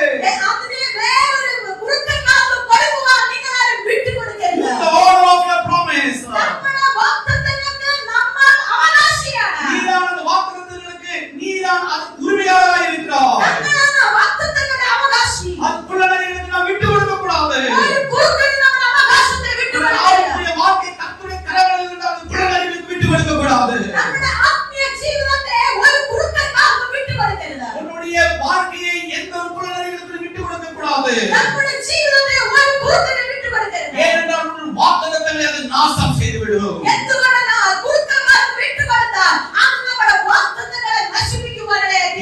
வேலி அடித்து ஜெபிப்பதற்கு தயாரா? ഇന്ന് മുതൽക്കാലങ്ങളാകെ വേലി അടിച്ച് പ്രാർത്ഥിക്കുവാൻ அந்த തയ്യാറാണ്. தோட்டத்தில் இறங்கி அந்த தோட்டத்தில் இருக்கிற அனுபவங்களுக்கு நரிகள் ஏறாதபடி வேலி அடிப்பதற்கு தயாரா? നമ്മുടെ തോട്ടത്തിനകത്ത് ഒരു കുറുക്കന്മാരെ കേറാതിരിക്കുവാൻ ചില വേലികൾ അടിക്കുവാൻ നമ്മൾ அந்த തയ്യാറാകണം. மூத்த மகன் கடந்து போனது போல எத்தனை பேர் கடந்து போக விருப்பப்படுகிறீர்கள்? ഈ മൂത്തമകൻ പോയതുപോലെ എത്ര പേർ കടന്നു പോകാൻ തയ്യാറാണ്? ஏனென்றால் இளைய மகன் செய்தவர் yes Lord என்று சொல்லி சபையில் வெளியே டாடா லார்ட் என்று சொல்லி போவதற்காக அல்ல தேவன் நம்மை தெரிந்து கொண்டிருப்பது. ഇളയമകൻ ചെയ്തതുപോലെ yes Lord ഞാൻ പോകാം എന്ന് പറഞ്ഞിട്ട് ഈ വെളിയിലെ സഭയുടെ വെളിയിൽ ഇറങ്ങി കഴിയുമ്പോൾ ടാറ്റാ വന്ന് പോകുന്ന അനുഭവമായിരിക്കരുത്. ஆமென் നമ്മളെല്ലാം കരങ്ങളെ അസൈപ്പോകും. നമ്മളെല്ലാം കരങ്ങളെ അനക്കി அசைப்பதற்கு காரணம் தெரியுமா? நம்ம சமர்ப்பிக்கிறதுக்கான காரணம். നമ്മൾ കരങ്ങൾ ഉയർത്തി അതിനെ ചലിപ്പിക്കുമ്പോൾ ഞാൻ അതിനെ സമർപ്പിക്കുന്നു അർത്ഥം.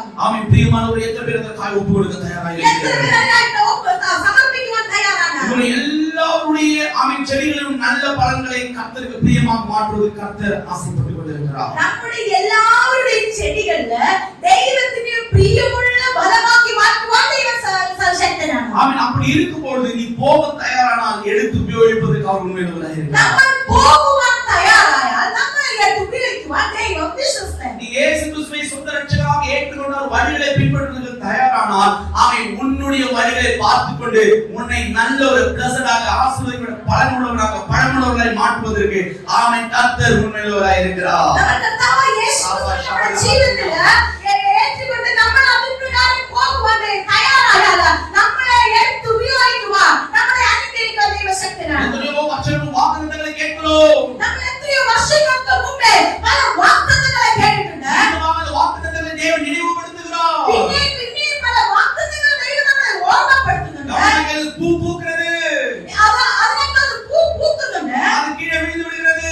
എന്നാൽ പലപ്പോഴും അത് കീഴ് വീണു പോകുന്നു. வீணமாக ஜெபித்து உபவாசித்து கர்த்தர் சபையில் வீணமாக வீணமாக பூக்கிறது. പിന്നെ നമ്മൾ ദൈവസഭയിൽ കിടന്നു പ്രാർത്ഥിച്ചു ഉപവസിച്ച ആ പൂ പിന്നെയും വളരുവാനിടയായി. ஆனால் சில நாட்கள் ஆகும்போது திரும்ப அந்த பூ கீழே விழுந்து விடுகிறது. എന്നാൽ ചില നാളുകൾ കഴിയുമ്പോൾ പിന്നെയും ആ പൂ താഴെ വീഴുവാനിടയായി. இப்ப நீங்க சொல்லுங்க, வாக்குத்தத்தங்கள் பெற்றுக்கொள்ளாமல் இருப்பதற்கு காரணம் யார்? അപ്പോൾ നിങ്ങൾ ചോദിക്കാം, എന്റെ വാഗ്ദത്തങ്ങളെ പ്രാപിക്കാതിരിക്കുവാനുള്ള കാരണം എന്താണ്? நம்முடைய பூ பூக்கும் பொழுது யாரோ அந்த பூவை எடுத்து போடுகிறார்கள். നമ്മുടെ പൂ പൂക്കുന്ന അനുഭവത്തിൽ അതിനെ 7-6 താഴെ ഇടുന്നു. பிரியமானவர்களே, அதை கண்டுபிடிக்க நீங்கள் தயாரா? അതിനെ കണ്ടുപിടിക്കുവാൻ നിങ്ങൾ തയ്യാറാകണം. Are you ready to identify that? നിങ്ങൾ അതിനെ കണ്ടുപിടിക്കാൻ തയ്യാറാണോ? ஆமென். இங்க இருக்கிற வாலிப சகோதரர்கள் சொல்லுங்க, கண்டுபிடிப்பதற்கு நீங்கள் தயாரா இருக்கிறீர்களா? യൗവനക്കാരെ കുഞ്ഞുങ്ങളോട് ചോദിക്കുകയാണ്, നിങ്ങൾ അതിനെ കണ്ടുപിടിക്കുവാൻ തയ്യാറാണോ? ஆமென். குடும்பங்களோட கண்டுபிடிப்பதற்கு நீங்கள் தயாரா? ഇവിടെ ഇരിക്കുന്ന കുടുംബങ്ങളോട് ചോദിക്കുകയാണ്,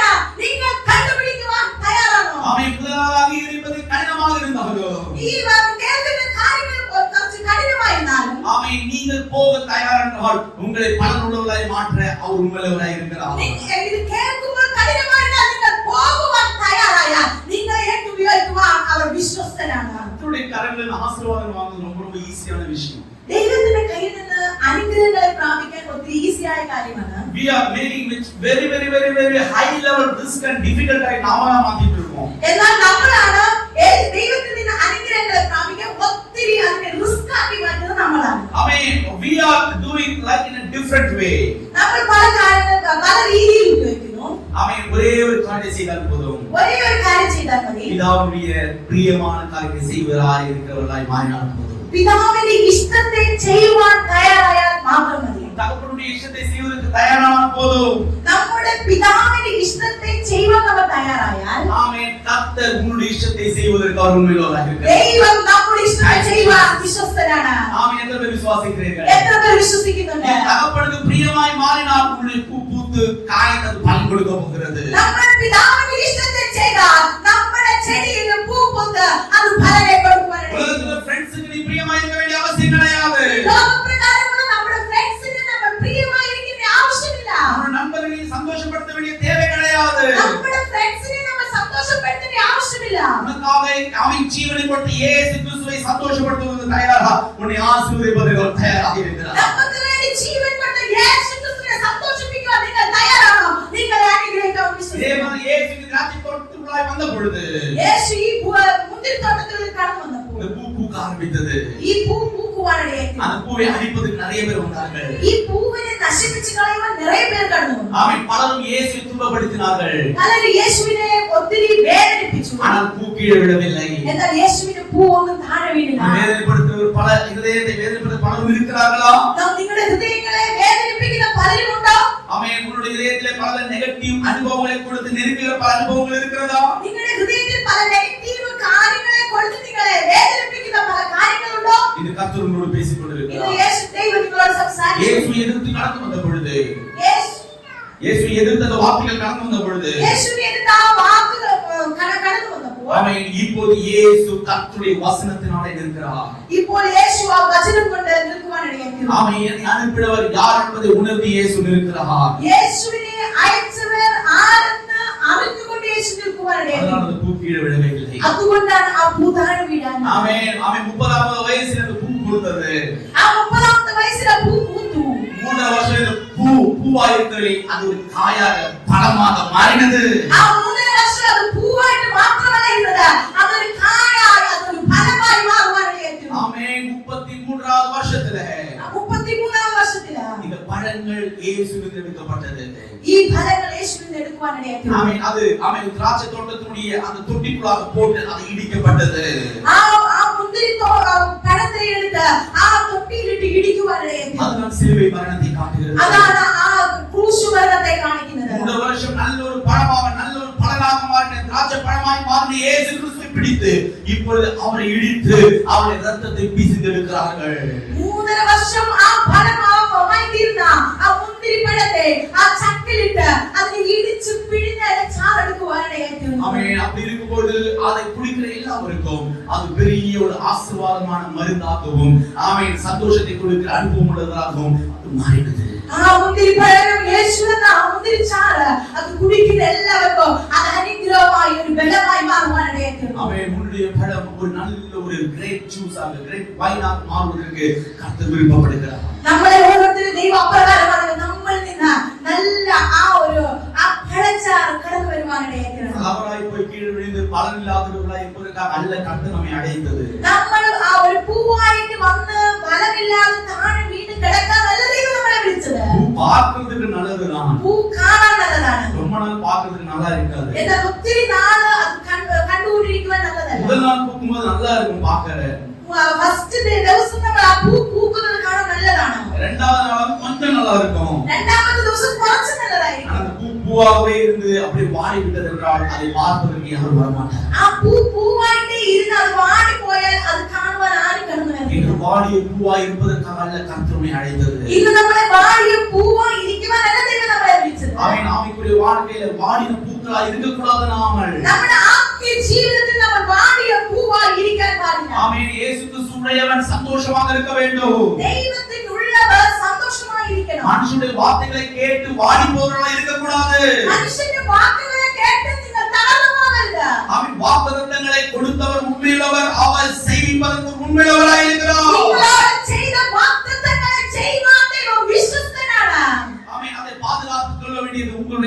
இருக்கிறது. வாக்குத்தத்தங்களை சூக்ഷിക്കേണ്ടത് നമ്മളുടെ കടമയാണ്. எதற்காக ஒப்பு கொடுக்கிறீர்கள்? എത്ര പേരായി സമർപ്പിക്കുന്നു? உங்களை திராட்சை பழமங்களாய் மாற்றி மற்றவர்களுக்கு ஆசீர்வாதமாக மாற்றுவதற்கு கர்த்தர் உங்களை அழைத்திருக்கிறார். നമ്മൾ ആ മുന്തിരി പഴമായി മാറി മറ്റുള്ളവർക്ക് അനുഗ്രഹമായി തീരാനാണ് ദൈവം നമ്മളെ വിളിച്ചിരിക്കുന്നത്. அவன் God's plan, கர்த்தருடைய plan நல்லொரு பழமாக மாற்றி மற்றொரு மதுரமாக மாற்றுவதற்கு தான் கர்த்தர் நம்மை அழைத்திருக்கிறார். ദൈവത്തിന്റെ പദ്ധതി എന്താണ് നമ്മളെ പറ്റി? നമ്മൾ നല്ലൊരു പഴമായി മാറി അതിന് നല്ല ആ മുന്തിരി ചാറിനെ കൊടുത്ത് മറ്റുള്ളവർക്ക് അനുഗ്രഹമായി തീരാനാണ് ദൈവം നമ്മളെ വെച്ചിരിക്കുന്നത്. எத்தனை பேர் நல்ல ஒரு கிரேப் ஜூஸாக இருப்பதற்கு விருப்பப்பட போகிறீர்கள்? എത്ര പേർ ആ മുന്തിരി ജ്യൂസ് ആയിട്ട് മാറുവാൻ എത്ര പേർ ആഗ്രഹിക്കുന്നു? ஆமென் ஆமென் ஆமென். எத்தனை பேர் அதுக்கு விருப்பமா இருக்கிறது? എത്ര പേർ അതിന് തയ്യാറാണ്? அதுக்கு பூ வரணும், അതിന് പൂ വരണം, அது காய்க்கணும், അത് കായെ കൊടുക്കണം, அது முந்திரியாய் கிரேப்பாக மாற வேண்டும், അത് മുന്തിരിയായി നല്ലൊരു ഗ്രേപ്പ് ഫ്രൂട്ട് திராட்சை ആയിട്ട് മാറണം, பழமாக மாற வேண்டும். നല്ല ഗ്രേപ്പ് ഫ്രൂട്ട് ആയിട്ട് മാറണം. அது பிறகு அது மற்றொரு ருசி கொடுக்கிற அனுபவமாய் மாற வேண்டும். അതിനുശേഷം അത് മറ്റുള്ളവർക്ക് രുചി കൊടുക്കുന്നതായി മാറണം. பிரதர், எனக்கே ஆண்டவர் செய்த உங்களுக்கு எப்படி செய்ய போகிறாரு? നമ്മൾ ചോദിക്കാം, ബ്രദർ എനിക്കേ ചെയ്തിട്ട് உங்களுக்கு எப்படி செய்வாருன்னு எனக்கு നിങ്ങൾക്ക് എങ്ങനെ தெரியாது. ചെയ്യുമെന്ന് ചോദിക്കും. இதே மாதிரி எனக்கும் முன்னாடி சொன்னாரு. ഇതുപോലെ എനിക്ക് മുൻപേ എന്നോട് പറഞ്ഞത്. இப்போ உங்களுக்கு எப்படி சொல்வாரு தெரியல.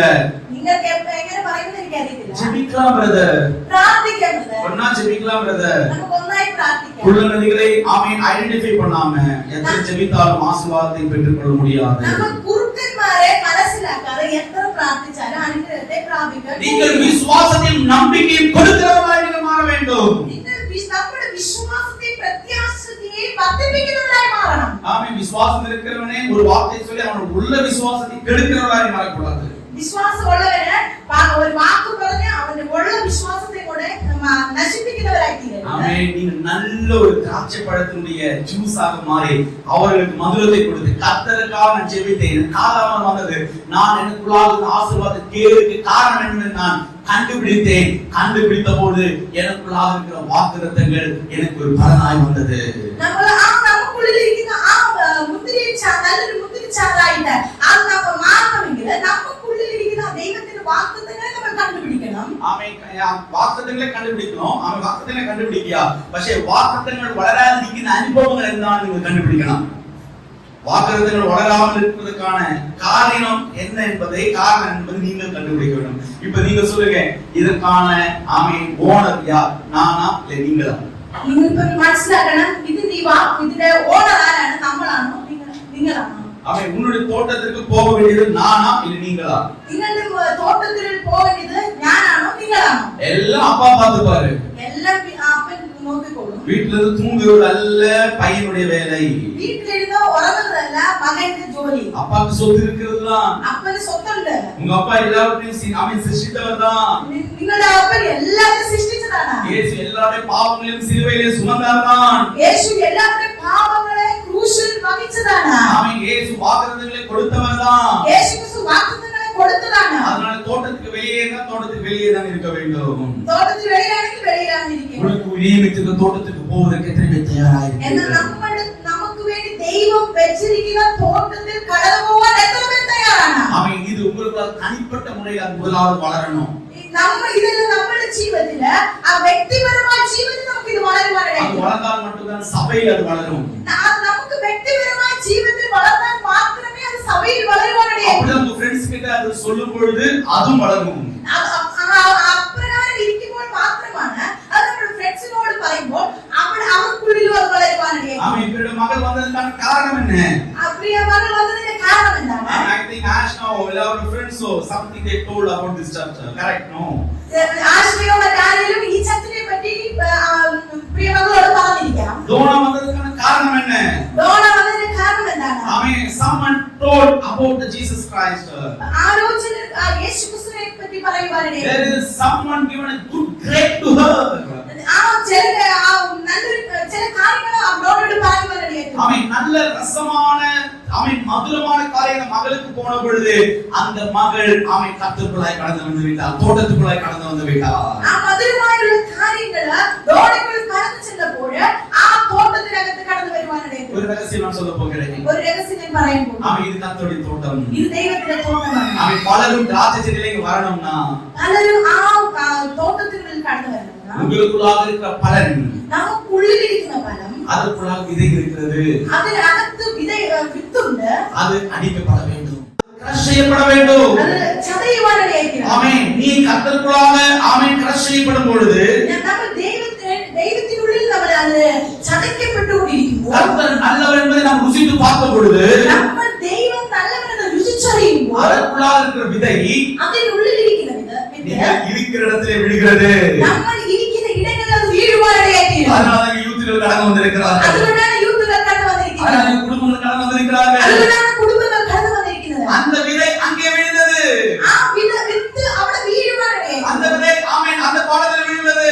ആ വിത്ത് ആ കോളേജിനകത്ത് വീഴുവാനിടയായിരിക്കണം. ஆமென் அந்த விதை உங்களுடைய கோலத்தில் விழுந்தது.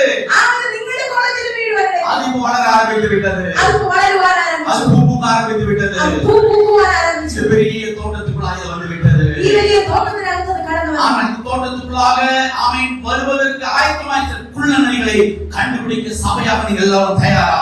എന്നാൽ ഈ തോട്ടത്തിനകത്ത് കടന്നു വരാൻ പോകുന്ന ചില കുറുക്കന്മാരെ നമ്മൾ കണ്ടുപിടിക്കാൻ സഭ തയ്യാറാണ്. எத்தனை பேர் தயாரா இருக்கிறீர்கள்? എത്ര പേർ തയ്യാറായിരിക്കും? ஆண்டவரே இயேசுவின் சித்தத்துக்கு விரோதமா இருக்கிற எந்த குள்ளநரியும் நான் விட மாட்டேன். ദൈവത്തിന്റെ ഹിതത്തിന് വിരോധമായിരിക്കുന്ന ഒരു കുറുക്കന്മാരെ ഞാൻ വിടത്തില്ല. இந்த சபைக்குள்ளாக நான் விட மாட்டேன். ഈ സഭയ്ക്കകത്ത് ഞാൻ വിടത്തില്ല. நான் பிடிப்பேன். ഞാൻ അതിനെ പിടിക്കും. என் அப்பாவுடைய சித்தத்தை செய்வதற்காக தோட்டத்துக்குள்ளே நான் கடந்து போவேன். എന്റെ പിതാവിന്റെ ഇഷ്ടത്തെ ചെയ്യുവാൻ വേണ്ടി ആ തോട്ടത്തിനകത്ത് ഞാൻ കടന്നു இந்த ചെല്ലും. தோட்டத்துக்கு கடந்து வருவேன். ഞാൻ ഈ തോട്ടത്തിനകത്ത് കടന്നു വരും. இங்கே வருகிறவருடைய பூவை நான் பாதுகாத்துக் கொள்வேன். ഇവിടെ വരുന്നവരുടെ ഒരു പൂവിനെ കൂടെ ഞാൻ സൂക്ഷിച്ചു നോക്കും. ஆமென் இந்த மகளுடைய பூவை நான் பாதுகாத்துக் கொள்வேன். ഈ മകളുടെ ആ പൂവിനെ ഞാൻ സൂക്ഷിക്കും. I will be the center for my people.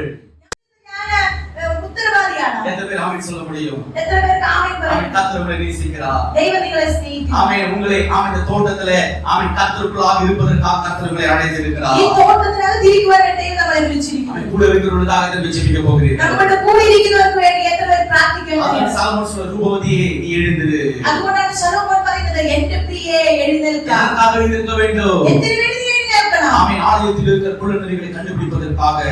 ആ തോട്ടത്തിനകത്ത് ഇരിക്കുന്ന ആ കുറുക്കന്മാരെ കണ്ടുപിടിക്കാൻ. Because amen fox are so dangerous in the forest. നാം ആ കുറുക്കന്മാരെ ഒത്തിരി ഡേഞ്ചർ ആണ് ഒരു വനത്തിലുണ്ടെങ്കിൽ ஒரு கிறிஸ்துவ வாழ்க்கையை தகர்த்துக் கொள்வது அனுபவம் தான் இந்த குள்ளநரிகள் என்று சொல்வது. നമ്മുടെ ക്രിസ്തീയ ജീവിതത്തെ തകർക്കുന്നതാണ് ഈ കുറുക്കന്റെ അനുഭവം. നമ്മുടെ நம்பிக்கையை அற்று போட்டு விடும். നമ്മുടെ പ്രത്യാശത്തെ അത് നശിപ്പിക്കും. ஆமென் எத்தனை பேர் சொல்ல முடியும்? காட்டின் ராஜாவையே தந்திரமிட்டு ஆமென் அடிப்பதற்கான பலன் பெற்றதுதான் இந்த குள்ளநரிகள். ഈ കാട്ടിലെ രാജാവിനെ തന്ത്രം കൊണ്ട് ചതിച്ച് അതിനെ തകർക്കുന്നതാണ് കുറുക്കന്റെ പദ്ധതികൾ. ஆமென் ஏமாற்றப்படாதீர்கள் பிரியமானவர்களே. നമ്മൾ ചതിക്കപ്പെടരുത്. ஆமென் ஏமாற்றப்படாதீர்கள். നമ്മൾ ചതിക്കപ്പെടരുത്. ஆமென் குள்ளநரிகளை கண்டுபிடிங்கள். നമ്മൾ കുറുക്കന്മാരെ കണ്ടുപിടിക്കണം. இப்போ ஏதோ ரொம்ப നമ്മൾ ஒன்றும் செய்யாத மாதிரி இருக்கிற தோட்டத்துல தூரமாக உட்கார்ந்து இருக்கோம். നമ്മുടെ തോട്ടത്തിനകത്ത് ഒന്നും ചെയ്യാത്തതുപോലെ ദൂരമായി ഇരിക്കാം. ஆனா உங்களுக்கு பலன் வரும் பொழுது നമ്മുടെ ഫലം വരുമ്പോൾ அதை பிடித்தெடுப்பதற்காக, അതിനെ പിടിച്ചെടുക്കുവാൻ വേണ്ടി, அதை இல்லாத ஆக்குவதற்காக, അത് ഇല്ലാതാക്കുവാൻ വേണ്ടി, உன்னை வெறுமையாய் மாற்றுவதற்காக നമ്മളെ ഒന്നുമില്ലാത്തതാക്കുവാൻ വേണ്ടി சாத்தான் பலவித திட்டங்களை இட்டுக் கொண்டிருக்கும் பொழுது സാത്താൻ പലവിധമായ ആ പദ്ധതികളെ ഇടുമ്പോൾ எத்தனை பேர் அதை உணர்ந்து எழுந்திருக்க എത്ര தயாராக പേർ അതിനെ മനസ്സിലാക്കി എഴുന്നേൽക്കുവാൻ തയ്യാറാണ്? அப்பாவுடைய சித்தத்தை செய்வதற்காக தோட்டத்துக்கு போவதற்கு எத்தனை பேர் தயாராக പിതാവിന്റെ ഇഷ്ടത്തെ ചെയ്യുവാൻ തോട്ടത്തിലേക്ക് പോകുവാൻ എത്ര പേർ തയ്യാറാണ്? பூவை பாதுகாத்துக் கொள்வதற்கு எத்தனை பேர் தயாராக നമ്മുടെ പൂവിനെ സൂക്ഷിക്കാൻ എത്ര പേർ തയ്യാറാണ്? நீ பலமாய் மாறிவிட்டாய் என்றால் നമ്മൾ ഫലമായി മാറിയാൽ உன்னுடைய விதைகள் கீழே விதைக்கப்படும். നമ്മുടെ വിതകൾ താഴെ വീഴുവാനിടയായിരിക്കും. உன்னுடைய விதைகள் கீழே விதைக்கப்பட்டால் നമ്മുടെ വിത്ത് താഴെ വിതയ്ക്കപ്പെട്ടാൽ உன்னை போல் பல திராட்சை செடிகள் இங்கே எழும்பும்.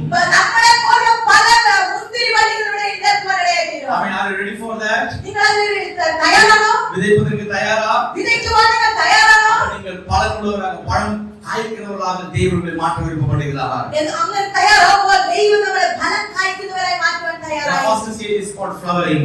ഫസ്റ്റ് നമ്മുടെ സ്റ്റേജാണ് നമ്മൾ പൂ പൂക്കുന്നത്. அந்த பூவை பாதுகாத்துக் கொள்வதற்காக எத்தனை அர்ப்பணித்து எழுந்திருக்க முடியும்? ആ പൂവിനെ സൂക്ഷിക്കുവാൻ എത്ര പേർ തയ്യാറാണ്? എത്ര പേർക്ക് അതിനെ സമർപ്പിച്ച് എഴുന്നേൽക്കുവാൻ കഴിയും? ஆமென் ஃபைனல் ரிசல்ட்க்குள்ளாக போகாதபடிக்கு നമ്മുടെ ആ ഫൈനൽ റിസൾട്ടിലേക്ക് നമ്മൾ പോകാതെ ஆமென் நம்முடைய பழத்தை கெடுத்துகளில் அனுபவங்கள் மாறுவதற்காக எல்லாரும் ஒரு நிமிஷம் எழுந்திருக்கலாமா? ആ നമ്മുടെ ഫലങ്ങളെ നമ്മളിൽ നിന്ന് നശിപ്പിച്ച് இயேசு கிறிஸ்து சொல்கிறார் ஆமென் யோவான் 15ஆம் அதிகாரம் 6ஆம் வசனத்தை சொல்லுகிற ஒரு வசனம் வாசிக்கலாம். யோவான் 15ஆம் அதிகாரம் அதனுடைய 6ஆம் வசனம் இவ்வாறாக சொல்லுகிறது.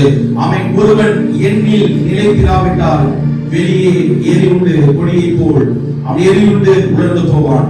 அப்படிப்பட்ட விஷயத்தை அக்னியிலே போடுகிறார்கள், அவைகள் எரிந்து போகும். ஆனா 5ஆம் வசனம் சொல்கிறது, நானே திராட்சை செடி, நீங்கள் கொடிகள். ஒருவன் என்னிலும் நான் அவனிலும் நிலைத்திருந்தால் அவன் மிகுந்த கனிகளை கொடுப்பான். என்னை அல்லாமல் உங்களால் ഒന്നും ചെയ്യக்கூடாது.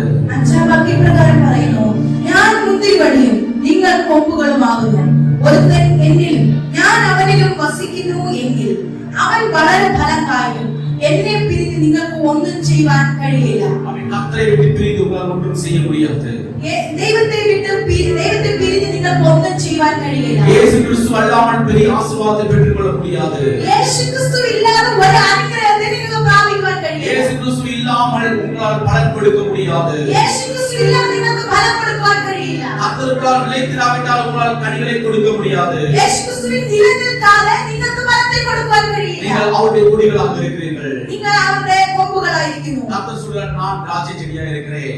യേശു പറയുന്നു, ഞാൻ മുന്തിരിവള്ളിയായിരിക്കുന്നു. இயேசு கிறிஸ்து சொல்றார், நான் திராட்சை செடியா இருக்கிறேன். യേശു ക്രിസ്തു പറയുന്നു, ഞാൻ മുന്തിരിവള്ളിയായിരിക്കുന്നു. என் பிதா தோட்டக்காரனாய் இருக்கிறார். എന്റെ പിതാവ് തോട്ടക്കാരനാണ്. ஒருவன் என்னிலும் ഒരുവൻ എന്നിലും நான் അവനിലും ഞാൻ അവനിലും நிலைத்திருந்தால் വസിക്കുന്നു அவன் എങ്കിൽ மிகுந்த கனிகளை கொடுப்பான். അവൻ വളരെ ഫലം കായ്ക്കും. என்னை அல்லாமல் உங்களால் ஒன்றும் செய்யக்கூடாது. എന്നെ പിരിഞ്ഞ് നിങ്ങൾക്ക് ഒന്നും ചെയ്യുവാൻ കഴിയില്ല. ஆமென். தேவன் சிநேகிதனாக நம்மை பார்த்து கேட்கிறார். യേശു ക്രിസ്തു ഒരു സ്നേഹിതനായി നമ്മളെ നോക്കി ചോദിക്കുകയാണ്. ஒரு வேலைக்காரனாக அல்ல, ഒരു വേലക്കാരനായിട്ടല്ല, ஒரு உரிமை உள்ளவனாக, ഒരു അധികാരമുള്ളവരായിട്ട്, ஆமென், அதற்கு அவகாசியாக അതിന് അവകാശിയായി அந்த தோட்டத்துக்குள்ளாய் வருவதற்கு கர்த்தர் உன்னை கூப்பிடுகிறார். ആ തോട്ടത്തിനകത്ത് കടന്നു വരുവാൻ നിങ്ങൾ നമ്മളെ വിളിക്കുകയാണ്. எத்தனையோ சொப்பனங்களை தகர்த்து போட்ட சாத்தானுடைய ஆயுதங்கள், നമ്മുടെ എത്രയോ സ്വപ്നങ്ങളെ തകർത്ത് കളഞ്ഞ പിശാചിന്റെ തന്ത്രങ്ങൾ, எத்தனையோ வாக்குத்தத்தங்கள் வெளிவராதபடிக்கு தகர்த்து போட்ட அனுபவங்கள், നമ്മുടെ പല വാഗ്ദത്തങ്ങളെ വെളിയിൽ വരാതെ തകർത്ത് കളഞ്ഞ അനുഭവങ്ങൾ, அது பூத்து பலன் கொடுக்காதபடிக்கு மாற்றின அனுபவங்கள்.